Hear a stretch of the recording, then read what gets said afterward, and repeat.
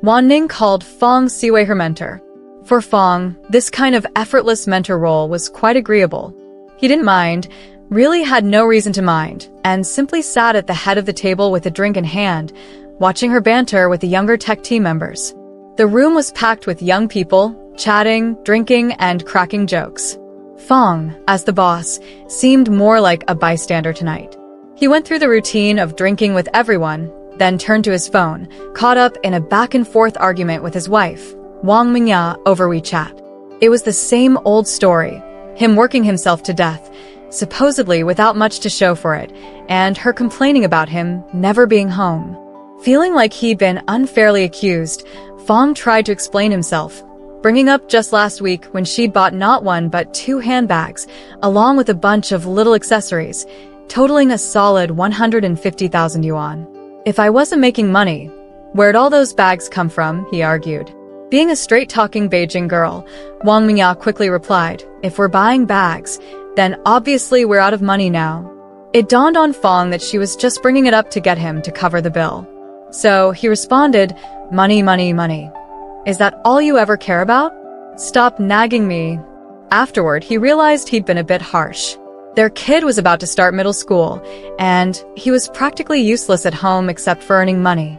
A few minutes later, he reopened WeChat, transferred her 200,000 yuan from his mobile banking app, and added a note. It's hard for a guy to make money. Try not to spend too much. With family matters handled for the moment, Fong turned his attention back to the dinner, where his friend and tech VP, He Qingming, was slurring his words as he drunkenly tried to set Wan Ning up with someone. First, he wanted to introduce her to his assistant Xiao Gao, saying they were the same age and might hit it off, but then, not wanting to shortchange his own team, he began suggesting other young guys from his department. Fong, still annoyed from his spat with Wang Mingya, asked him to explain his reasoning. He Qingming scratched his thinning hair for a while, stumped. Unable to come up with an answer, he raised his glass to drink as a penalty. Fong stood up, glass in hand, and put him on the spot. Wan Ning, ever quick-witted, stood up to defuse the situation. Bosses, whether this match works out or not, here's a toast to both of you. Without waiting for a response, she downed a gulp of baijiu, her face twisting slightly at the burn. The room fell silent for a few seconds, then Fong's laughter broke the tension. Being the man of the evening, his approval meant no one else dared to object. The drinks started flowing more freely after that. Since there was talk of setting her up, Wan Ning came over with a pitcher to chat with He Qingming. Seats were shuffled around, and she sat down on his left, opposite Fong, who was still on his phone. The conversation was light and uneventful, full of the usual flattering talk. He Qingming eventually grew a bit bored. Noticing this, Wan Ning quietly excused herself after finishing her drink. Meanwhile, Fong decided it was his turn and asked for a clean glass, pouring himself a half glass of baijiu to hold as he listened in on their conversation. This kind of social etiquette didn't demand a full drink or exhaustive conversation. But if he didn't at least raise his glass, it would be seen as rude. Surprisingly, though, Wan Ning didn't approach him. Instead, she bypassed Fong and toasted with a senior executive on his right. Fong's half glass of baijiu now felt oddly out of place, but before he decided what to do with it, Wan Ning leaned over his chair and said, "Boss, drinking too much is bad for the liver. How about some sweet soup instead?" She handed him a warm bowl of lotus seed soup, sweetened with honey. Though Fong wasn't one for sweets, he found the idea of a grown man drinking sweet soup a bit strange. He somehow didn't turn her down. They didn't have much to chat about, and she soon moved on to talk with other people. Sipping the soup, Fong was left alone, feeling strangely out of place. He didn't quite belong to the younger crowd's chatter, but he didn't mind too much. Watching Wan Ning laugh and joke with her coworkers, he felt an odd, unspoken distance from them all. He couldn't quite explain the feeling, but He Qingming caught on and leaned over, cautioning, "Don't pick the wildflowers by the road." Seeing Fong's blank look, He Qingming got up and performed a little dance, singing the line again, "Don't pick the wildflowers by the road." Fong, emboldened by the alcohol, joked, "If I don't pick it, it's a waste." Wan Ning finished her chat and pulled out her phone, recording a quick video of Fong, who was for once having a great time, laughing and moving along with the younger crowd. Her phone captured Fong, looking a good decade younger, his face glowing with a rare joy. The video quickly gathered comments online. Wan Ning accidentally commented on her own post, "This is my mentor, not my boyfriend." She'd made a slip, but Fong saw it, feeling pleased. He casually liked her comment. Fong felt a bit of relief. This way, they could keep up their strictly professional, transparent, and untangled relationship. It was still Fong Siwei who discovered Wan Ning. Their new product was about to launch, and they needed a charismatic face to introduce it. In the company, the staff was either too rough around the edges or from the quiet, tech-focused positions where getting a single word out was a feat. Asking He Qingming to sit down in front of investors and crack jokes about dirty topics, which he was admittedly good at, just wouldn't suit the image of their tech company. They tried other approaches, like finding a pretty local college student to recite a fixed-format PowerPoint presentation. She only needed to read off the script, more like a tour guide, than anything else. For questions, negotiations, and any discussions beyond the scripted words, Fong Siwei and He Qingming would take over. But this approach had its flaws. Quality was inconsistent, and rates were high, with one student quoting higher than the last. Finally, after sifting through various candidates, Fong Siwei got fed up and suggested a full-time hire. The idea was to offer a fixed salary, making the person a regular employee who could also take on miscellaneous tasks, a true utility player. A lot of people came to interview, and soon the resumes filled up an entire table. Fong Siwei discarded some at random. It wasn't personal, just bad luck. After interviewing a few unsuitable candidates, he handed the task over to He Qingming. Reluctant to handle it, He Qingming passed the resumes to a few young team members in his department. Soon after, Fong Siwei found himself sitting across a row of colorfully dressed young women, wondering if He Qingming had worked so many late nights that he was now seeing double. These monkeys? Oh no, scratch that, just monkeys. His tone shifted from questioning to a definitive statement as he glanced at He Qingming. Even He Qingming looked a bit embarrassed in front of this lineup of flashy, exhausted-looking faces. Based on his understanding of Fong Siwei, the kids' choices were unlikely to meet his standards. They picked whatever was trendy online, candidates so thin you could see their bones, with faces as small as palms, long hair flowing down their shoulders, and legs thinner than He Qingming's arms. Thick makeup, oversized circle lenses, and fan-like eyelashes, an overall weary look. Ladies like this, how could they possibly wear a qipao? Their main investor hailed from southern China. After some discreet inquiries, He Qingming learned that the investor had a particular fondness for girls in qipaos. Without missing a beat, he teased, "And if I wore a qipao? What then?" As soon as Wan Ning knocked and entered, He Qingming knew she was the one for the role. At 40, a man's preferences tend to shift from youthful looks to something fuller and more mature. Her cheeks were softly rounded, waist slim with a subtle curve to her abdomen. Her legs, neither too slender nor too thick, were in perfect proportion with a touch of flesh.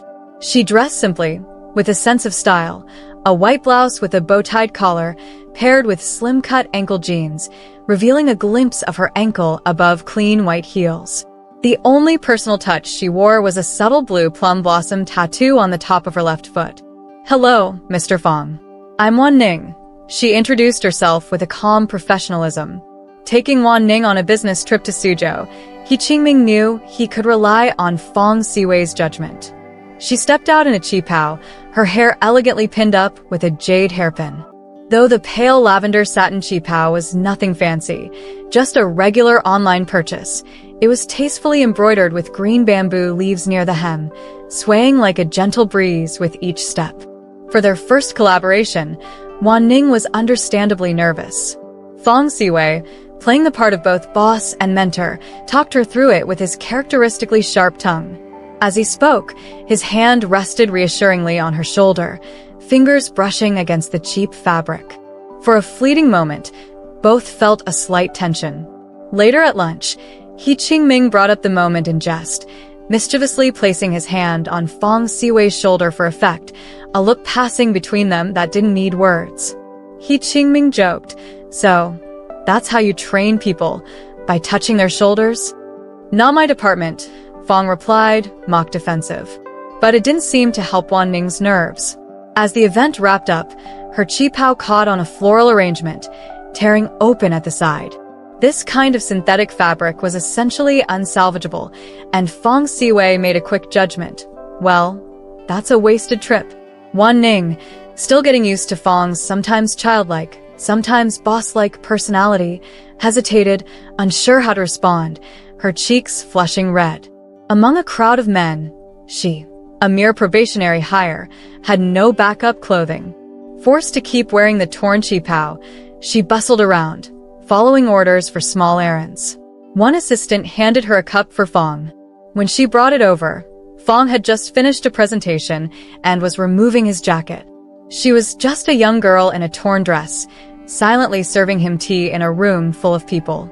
Though everything was decent, with him dressed in shirt and tie beneath the suit, that single act left Fong with an odd sense of awkwardness. "Go buy a new one and bring me the receipt," he said. "Thank you, Mr. Fong."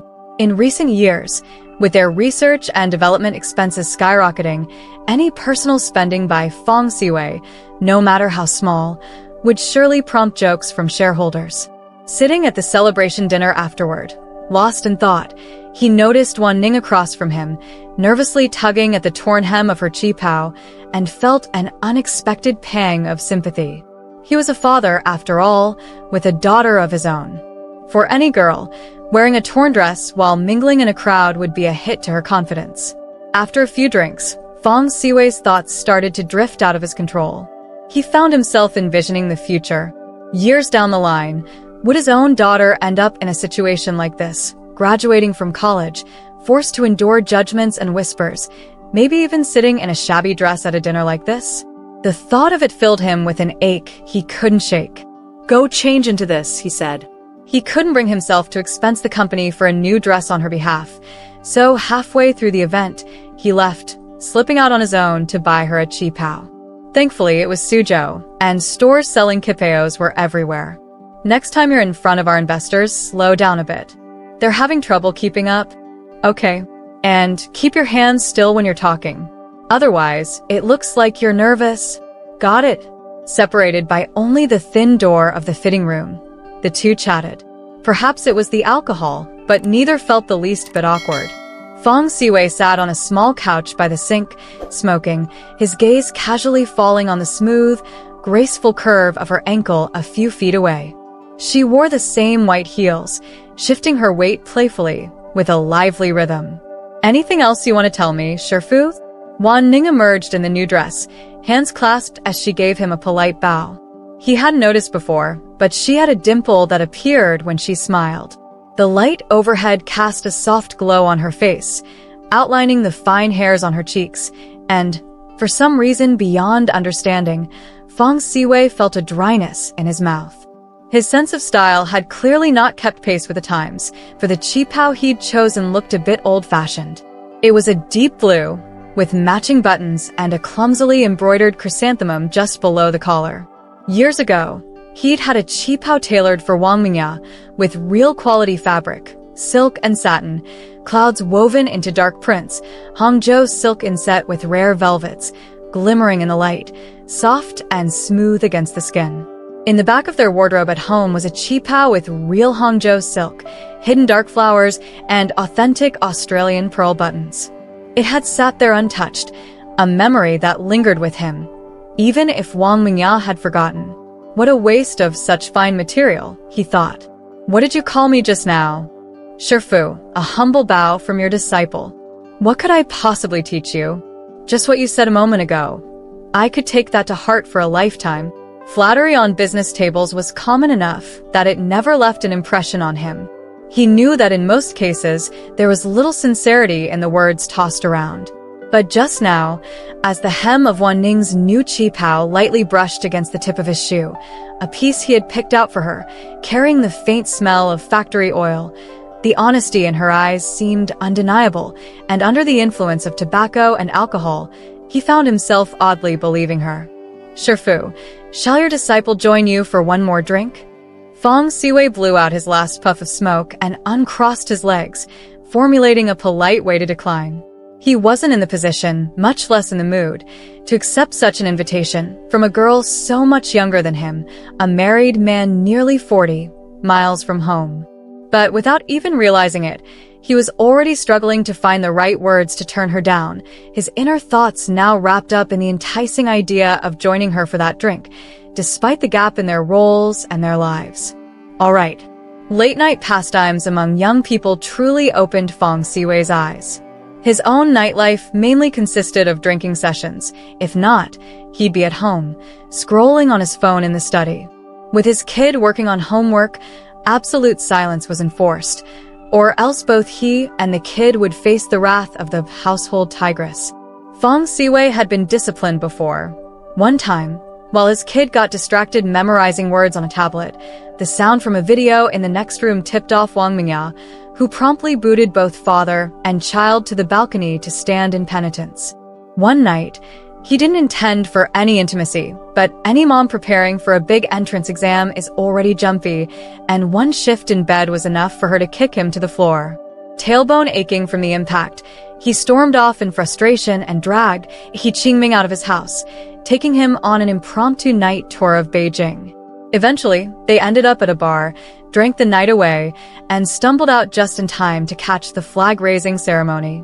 He wandered to a riverside bar street with some young people, tagging along with Wan Ning, who skipped ahead in her Cheongsam, finding a spot with a tiny stage for a suggestive rap performance. There were no chairs, so everyone stood, drinking in place. Feng Siwei discreetly rubbed his sore lower back, contemplating how long he'd last, but decided not to spoil the girls' fun. Late that night, Wang Mingya had sent him another video of their kid doing homework. Feng watched it on his phone, while Wan Ning across the table demonstrated how to drink a tequila-based cocktail. "Master, let me be the master for just 1 minute." Wan Ning squeezed a few drops of lime juice into her drink, downed it, and set the glass down. The cocktail, called California Sunshine, was just pineapple and citrus mixed with alcohol and sugar. He tried to follow her lead, squeezing lime into his own glass, but his aim was off, and juice splashed directly into his eye, making him jump. Wan Ning hurriedly grabbed some tissues dipped in ice water to dab his eye. It hurt, a stinging pain that seemed to surge up from nowhere. Blinking hard, he reflexively pulled Wan Ning's sleeve to wipe his eye. The rap performance ended abruptly, with the gold chain-wearing rapper bowing and leaving the stage. Wan Ning froze, letting him lean his forehead on her shoulder. She felt his breath warm through the fabric, and her heart sped up. Hesitantly, she reached for his hand, their fingers brushing, sending a spark between them, creating an unexpected yet undeniable ripple of intimacy. At 40, Feng Siwei didn't handle novelty as well. He was used to white liquor and knew little about these seemingly harmless cocktails. He hadn't expected a few sips to knock him out, ending the night with Wan Ning helping him back, something that would let He Qingming laugh at him from Jiangsu all the way to Beijing. Straight talking, he made no effort to be subtle, losing control in your old age. "Hell no," Feng Siwei countered. But his swollen eye told a different story, looking tragically swollen. "Need an eye doctor?" He Qingming teased, glancing meaningfully at the trinket hanging off Wan Ning's purse, a fan charm he had bought her the previous night after losing a game. Now, in the cool light of day, Feng Siwei began reflecting. Frankly, everything that happened after the show wasn't really in his job description as her supervisor. But as a colleague, as a friend, and as a man, he felt at peace with himself. "Who'd look after you if I were gone? Doesn't matter for me, but someone else might care. I didn't do anything wrong," Feng Siwei suddenly declared, almost defensively. "Don't explain to me. Explain to your wife," He Qingming said, his voice casual. The night before, Wan Ning had put him to bed, exhausted after practically dragging him in. She had found his hotel room key in his pocket and opened the door, only to find He Qingming lounging there in his pajamas, scrolling on his phone. "Why didn't you tell your dad if you needed a ride?" he quipped, still in the fatherly joke mode they often shared. She ignored him, tucked Feng Siwei in, and went to fetch water to wash his face. Thank you. It's late. Get some rest. Caught off guard by the sudden dismissal, Wan Ning didn't protest.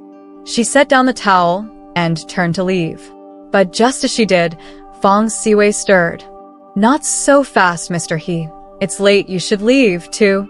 He Qingming chuckled, casually walked toward the door, but turned back with a parting line. Don't forget to thank me for saving you. Fong Siwei said nothing, though a chuckle escaped him. In the world of love and desire, spontaneity can stir deep connections. At 40, there's a certain rare charm in brief indulgence. Yet Fong Siwei knew his boundaries. Even if emotions had briefly flickered, he'd held back, understanding that any action would be risky and morally dubious. At the airport, watching the rain trickle down the car window, Fong Siwei saw Wan Ning waiting in her blue Cheongsam, the one he'd bought her. He Qingming's call came right on time. Gone for your appointment? Almost there. Hospitals are packed. Make sure you get that I checked. The double meaning was clear, and Fong Siwei chose not to respond. Raindrops dotted the blue Cheongsam's hem as it skimmed the ground. Miss, your ride is here, he murmured. There was a time when Fong Siwei had drunk too much, and a friend from a cooperating company drove him home. The friend helped him into the passenger seat, but before the door could be closed, he suddenly jumped out. He stumbled and tried to explain, the front seat is for the mother of my child. As he spoke, he was resolute and firm, and in that instant, a picture of an ideal, family-oriented man emerged. That's what he said, and that's exactly how he was now. Wan Ning opened the door to sit in the passenger seat, but noticed the lipstick stain on the door left by Wang Mingya. Without thinking, Fong Siwei said, a young girl like you shouldn't sit in the front with a DD driver, it's unsafe. Wan Ning thought for a moment, then agreed. The rain had stopped and started again, with drops pattering softly against the car window. Fong Siwei lowered the air conditioning by 2 degrees, and soon, mist formed on the glass. Wan Ning silently traced words on the window with her finger. I am addicted to Beijing. Fong Siwei didn't ask. He couldn't have, considering his position. What was it about Beijing that had her so captivated? Was it the people? The place? Or perhaps nothing at all? There must be something in Beijing that kept her tied to it. In the confined space of the car, every breath and emotion seemed amplified. The next morning, Wan Ning seemed lost in thought, no longer the lively and energetic person from the night before. She hadn't had time to put on makeup due to her early flight, and her face looked somewhat pale. At her age, her skin was naturally clear, so it didn't make much of a difference whether she wore makeup or not. Makeup was more of an embellishment. Not wearing makeup revealed her natural beauty more clearly, and Fong Siwei noticed the fine fuzz on her face and a small, almost imperceptible scar on her forehead in the rearview mirror. There was an old saying, if a child is too beautiful, they must have a scar to survive. Fong Siwei wondered if that was the reason behind the scar on her forehead, and he found himself intrigued by it, just as he was by her entire being. At 3 p.m., Beijing streets were crowded with people, and Fong Siwei had driven around the commercial district 3 times before finally blurting out a half-baked reason. Are you hungry? Let's grab a bite. But as soon as the words left his mouth, he regretted them. It was nothing like when Wan Ning had invited him so naturally the night before. Forget it, I'll take you home. He had driven around the commercial district 3 full circles. Each time he completed a circle, he noticed Wan Ning writing something on the glass. By the 3rd time, she hadn't said a word, only squinting her eyes as if dozing off. I'm hungry. Master, have you been away for so long that you forgot the way around Beijing? Suddenly, Fong Siwei felt as though a huge weight had been lifted from his chest. He hadn't expected Wan Ning to unintentionally provide such a perfect response. It might have been an excuse, but he had been so busy with business trips, he'd forgotten even the way home. Being directionally challenged had wasted time and made her hungry. As her companion, he should take responsibility. In truth, Fong Siwei didn't need to go through such trouble. Wan Ning didn't need to worry about him when he wasn't looking. He could have simply said something, and she would have agreed without hesitation, no matter her state. From a business perspective, as the company leader, it would be a privilege for her to accompany him for a meal, given the various benefits he controlled in terms of promotions, salaries, and perks. But at 3 p.m. between meals, it wasn't the right time for lunch, and it felt forced. Feng Siwei's mind, still muddled from last night's drinking, couldn't focus. At this time, why not just have a coffee or tea instead of forcing a meal? Taking a young woman out for fried liver seemed like something from the distant past. After drinking, his mouth was too bland for it, and it wasn't even his first choice. But for some reason, he just didn't want to let Wan Ning go.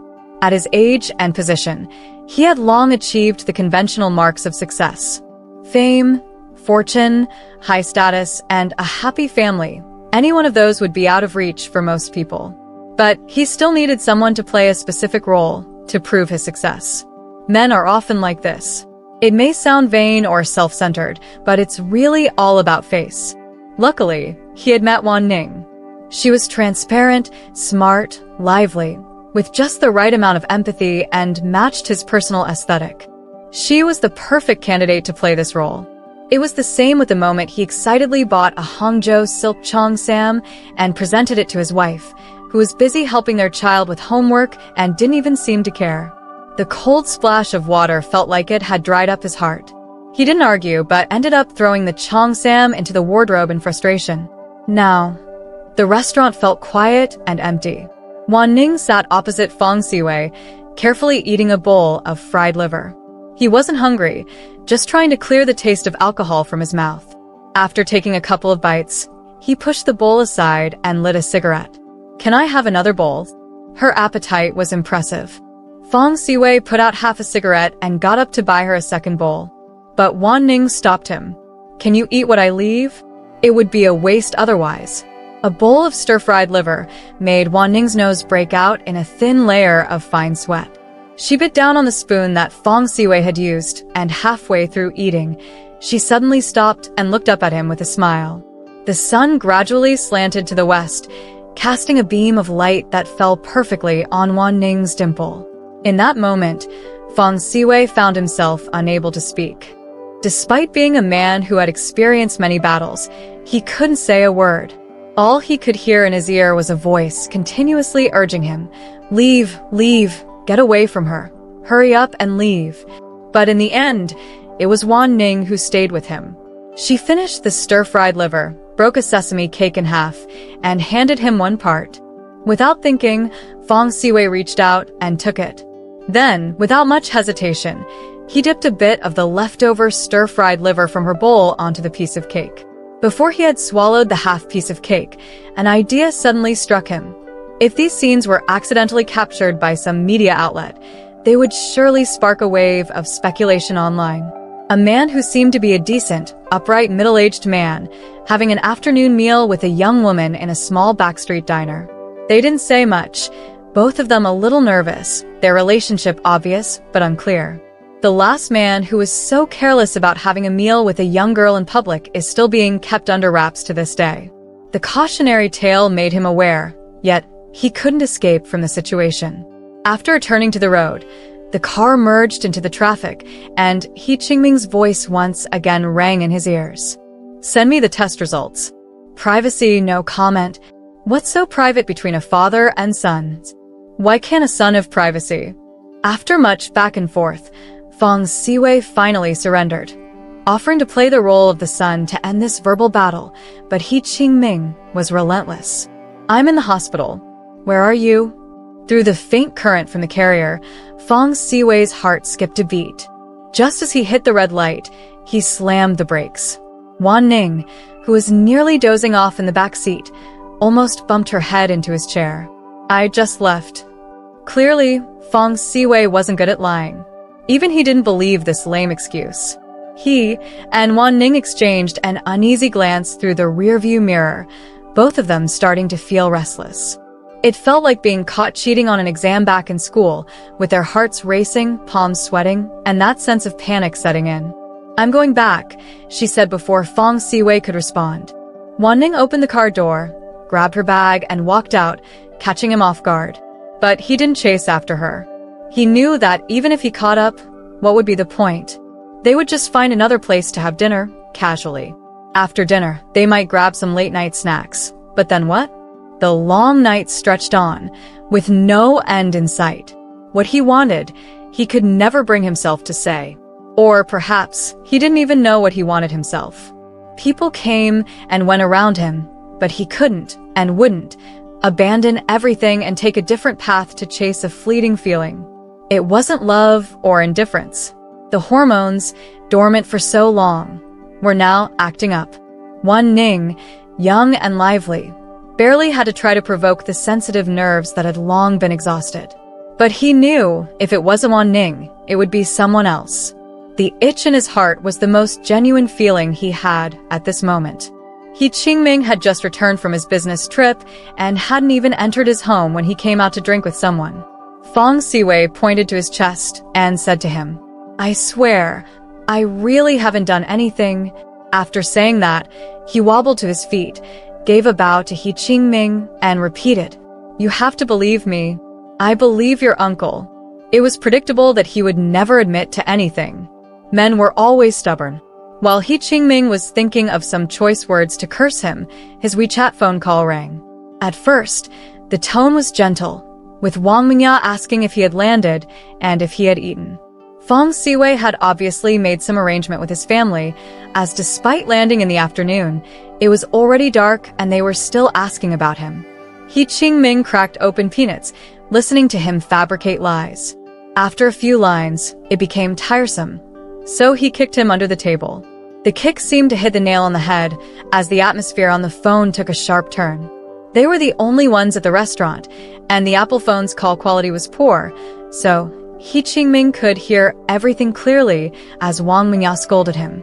Using their child's worsening exam scores as an excuse, Wang Mingya criticized him for being irresponsible.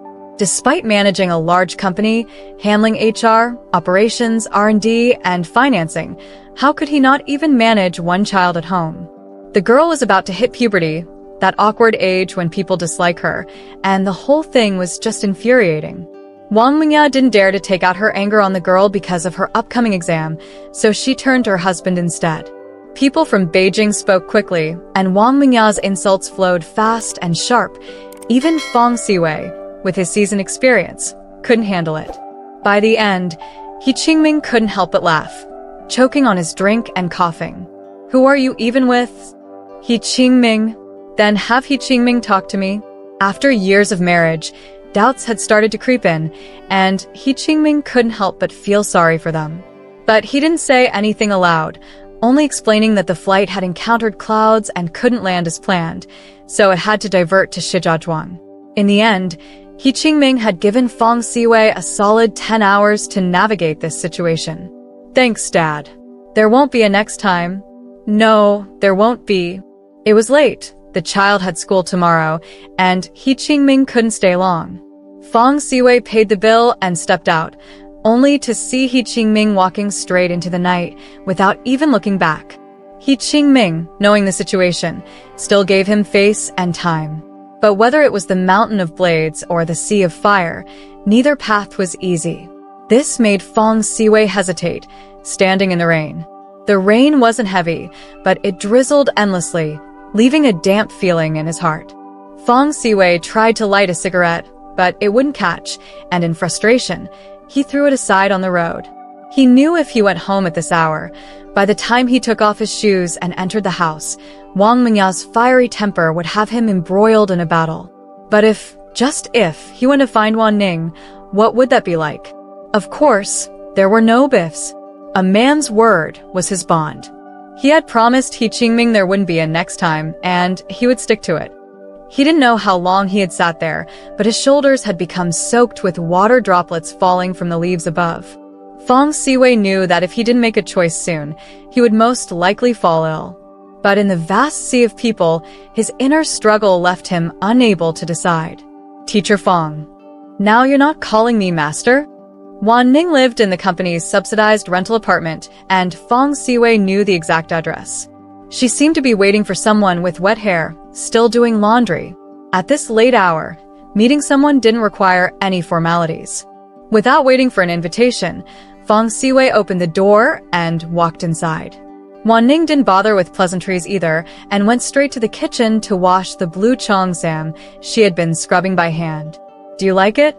Fong Siwei couldn't sit still on the sofa and, with a cigarette in his mouth, leaned against the kitchen doorframe and asked her.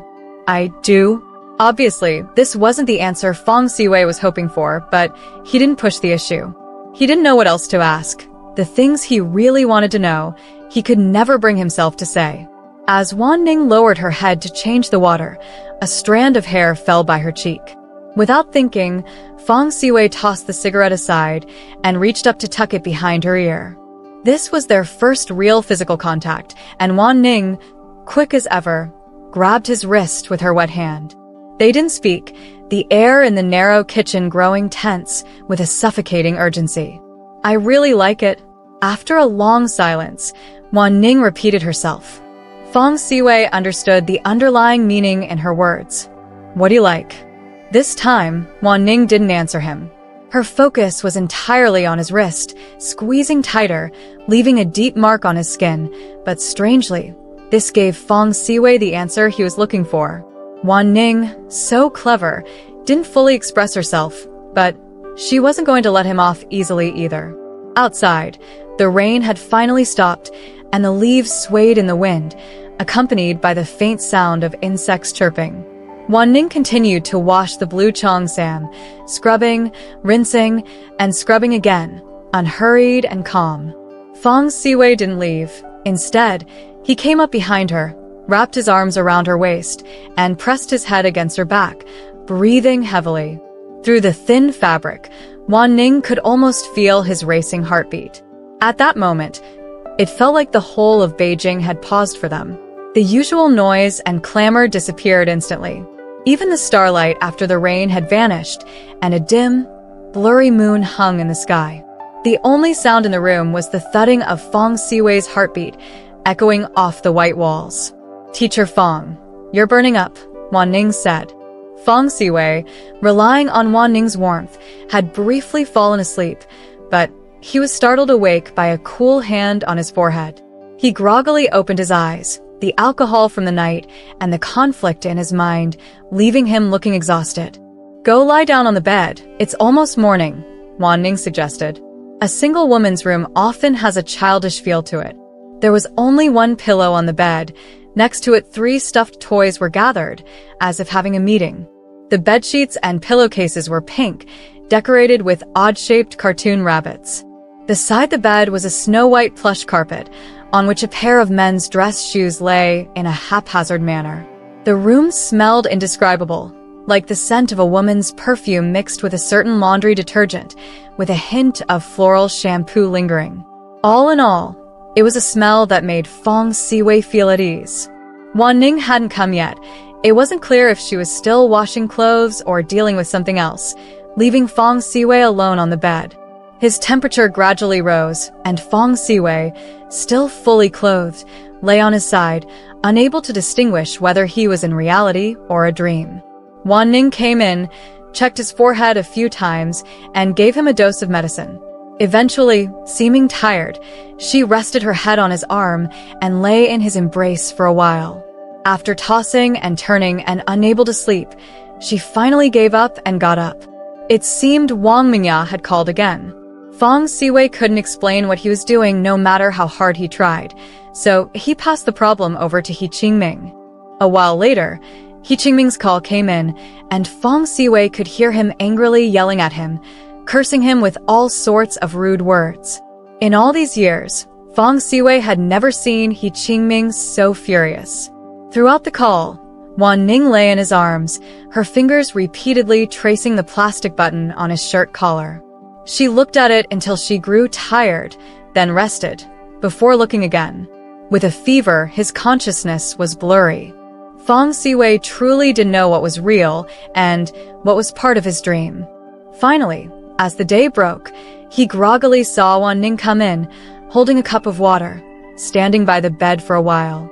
After confirming he was still asleep, she crouched down and gently kissed his cheek. "Teacher Fong, it's morning, you should go back."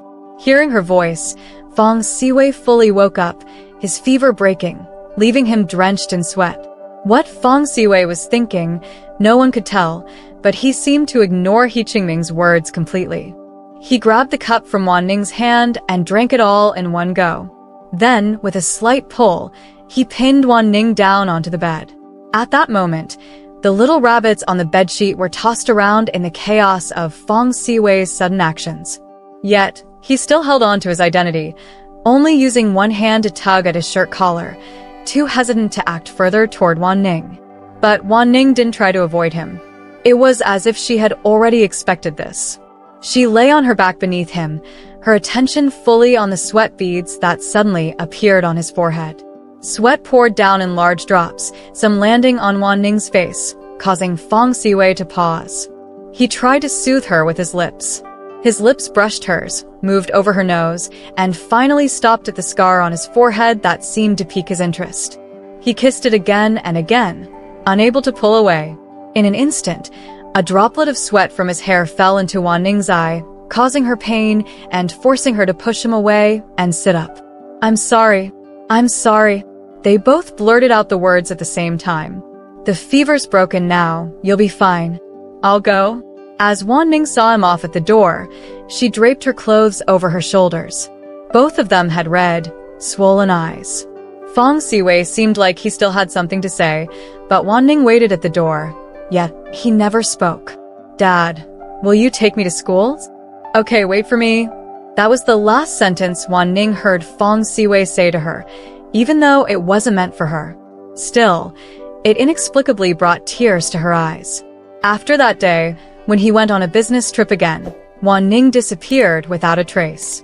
To get back at him, He Qingming used the technological updates as leverage, forcing Feng Siwei to introduce the product himself. With a change in seasons, the temperature was unstable, and Feng Siwei was one of the first to catch a cold. Before the meeting, He Qingming had joked, "Know your limits. If your health can't handle it, don't push yourself." The cold hit Feng Siwei so hard that he couldn't even speak, and he stood there, holding a cup of medicine, coughing uncontrollably.